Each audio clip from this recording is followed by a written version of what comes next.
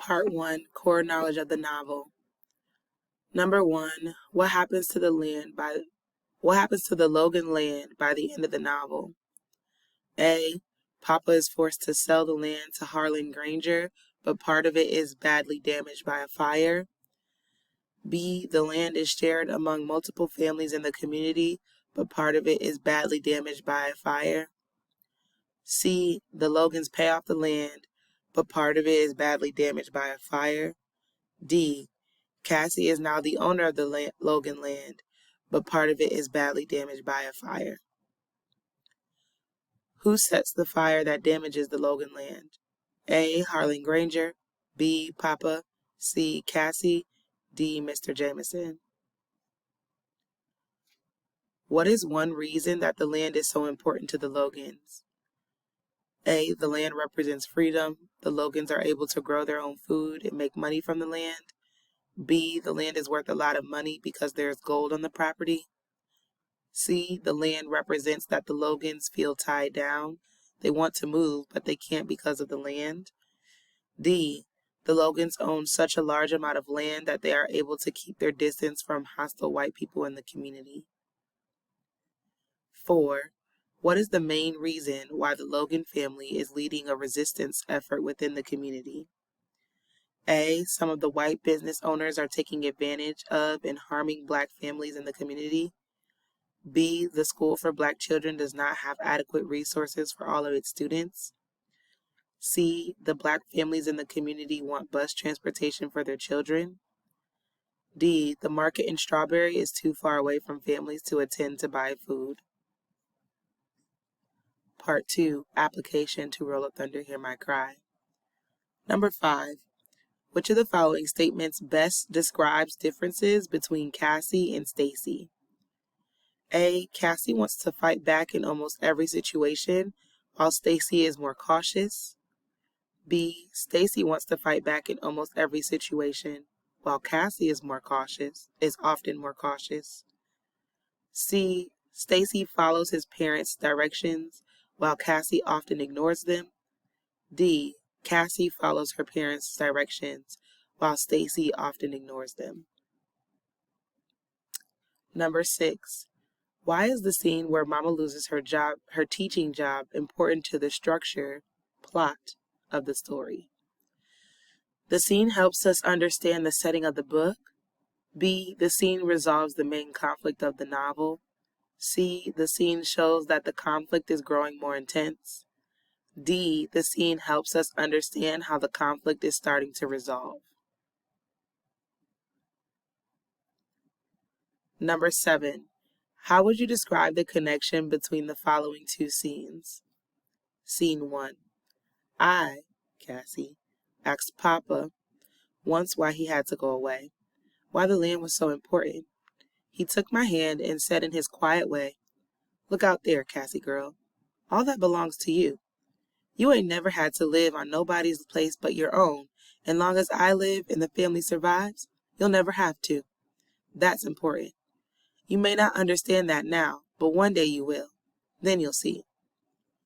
I looked at Papa strangely when he said that, for I knew that all the land did not belong to me. Some of it belonged to Stacy, Christopher John, and Little Man, not to mention the part that belonged to Big Ma, Mama, and Uncle Hammer, Papa's older brother who lived in Chicago. But Papa never divided the land in his mind. It was simply Logan land. For it he would work the long, hot summer pounding steel. Mama would teach and run the farm. Big Ma, in her 60s, would work like a woman of 20 in the fields and keep the house, and the boys and I would wear threadbare clothing, washed to dishwater color, but always the taxes and the mortgage would be paid. Papa said that one day I would understand. Scene 2. When the men had left, Stacy snapped, "They got no right pulling out. Just 'cause them Wallaces threatened them one time, they go jumping all over themselves to get out like a bunch of scared jackrabbits." Papa stood suddenly and grabbed Stacy upward. "You boy, don't you get so grown you go to talking about more than you know. Them men, they doing what they've got to do. You got any idea what a risk they took just to go shopping in Vicksburg in the first place? They go on that chain gang and their families got nothing. They'll get kicked off that plot of land they tend, and there'll be no place for them to go. You understand that? Yes, sir, said Stacy. Papa released him and stared moodily into the night. You were born blessed, boy, with land of your own. If you hadn't been, you'd cry out for it while you tried to survive, like Mr. Linear and Mr. Avery. Maybe even do what they doing now. It's hard on a man to give up, but sometimes it seems there just ain't nothing else he can do.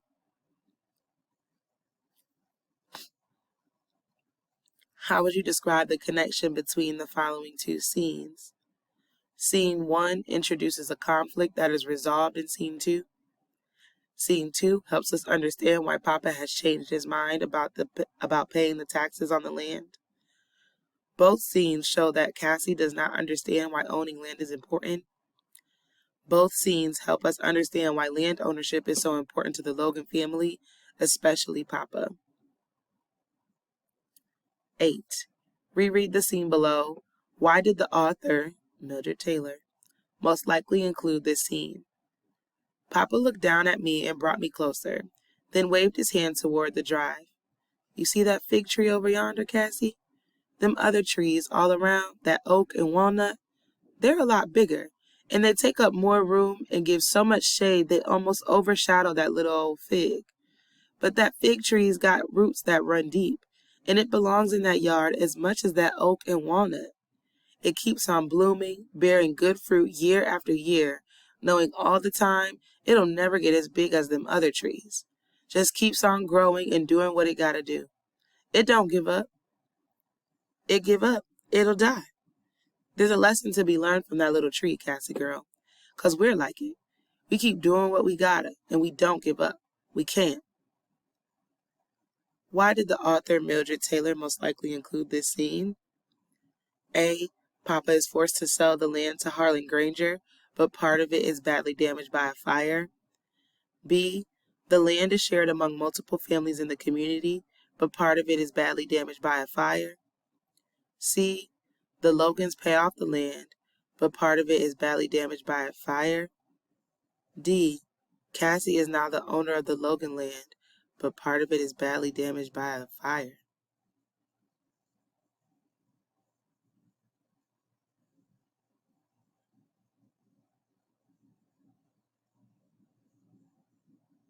That can't be right. Number 9. Which of the following best describes one of Mildred Taylor's purposes for writing Roll of Thunder, Hear My Cry?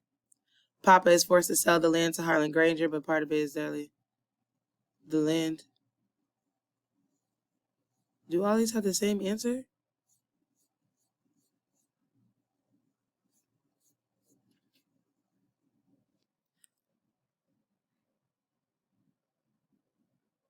We're going to skip question 9 because these are not the correct answer choices.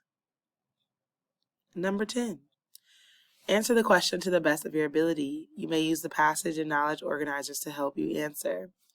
What is a theme in the novel Roll of Thunder, Hear My Cry? Support your response with details from the text. Part 3. Application to a new text. The following passage is taken from a short story called Song of Trees, written by Mildred Taylor. This was her first published story. It is a different story about the Logan family. Excerpt from Song of the Trees. Cassie, child, wake up now, Big Ma called gently as the new sun peeked over the horizon. I looked sleepily at my grandmother and closed my eyes again. Cassie, get up, girl. This time the voice was not so gentle. I jumped out of the deep feathery bed as Big Ma climbed from the other side. The room was still dark, and I stubbed my toe while stumbling sleepily about looking for my clothes. Shoot, darn old chair, I fussed, rubbing my injured foot. Hush, Cassie, and open them curtains if you can't see, Big Ma said. Prop that window open too, and let some of that fresh morning air in here. I opened the window and looked outside. The earth was draped in a cloak of gray mist as the sun chased the night away. The cotton stalks, which in another hour would glisten greenly toward the sun, were gray. The ripening corn, wrapped in jackets of emerald and gold, was gray. Even the rich brown Mississippi earth was gray. Only the trees of the forest were not gray. They stood dark, almost black across the dusty road, still holding the night. A soft breeze stirred, and their voices whispered down to me in a song of morning greeting. Cassie, girl, I said open that window, not stand there gazing out all morning. Now get moving before I take something to you, Big Ma threatened.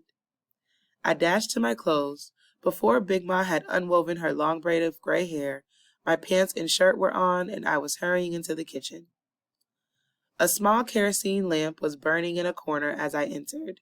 Its light reflected on 7-year-old Christopher John, short, pudgy, and a year younger than me. Sitting sleepily upon a side bench, drinking a large glass of clabber milk. Mama's back was to me.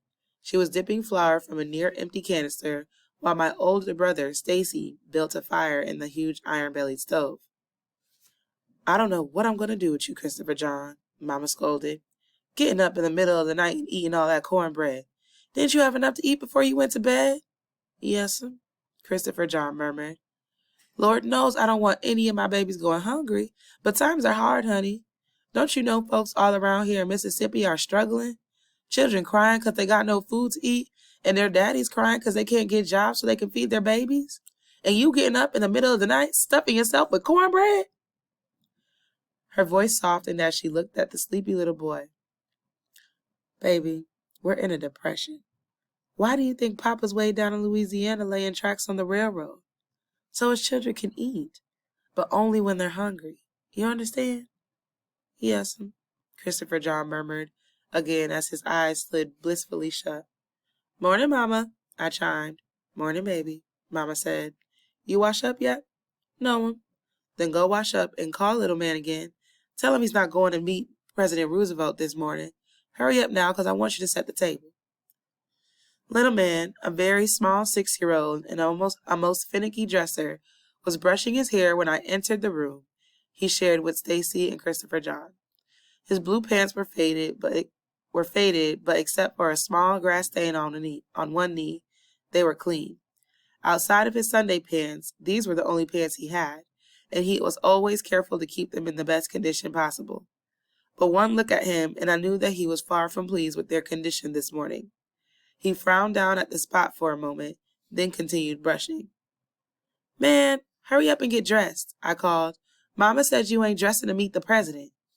See there, he said, pointing at the stain. You did that. I did no such thing. You fell all by yourself.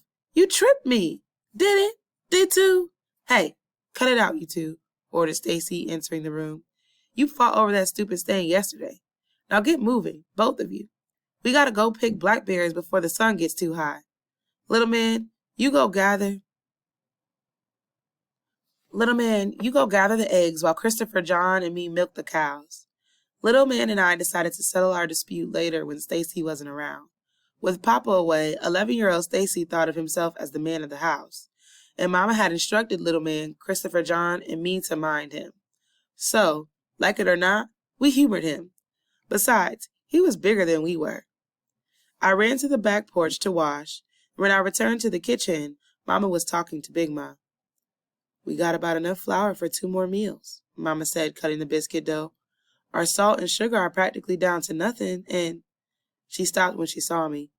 Cassie, baby, go gather the eggs for Mama. Little man's gathering the eggs. Then go help him.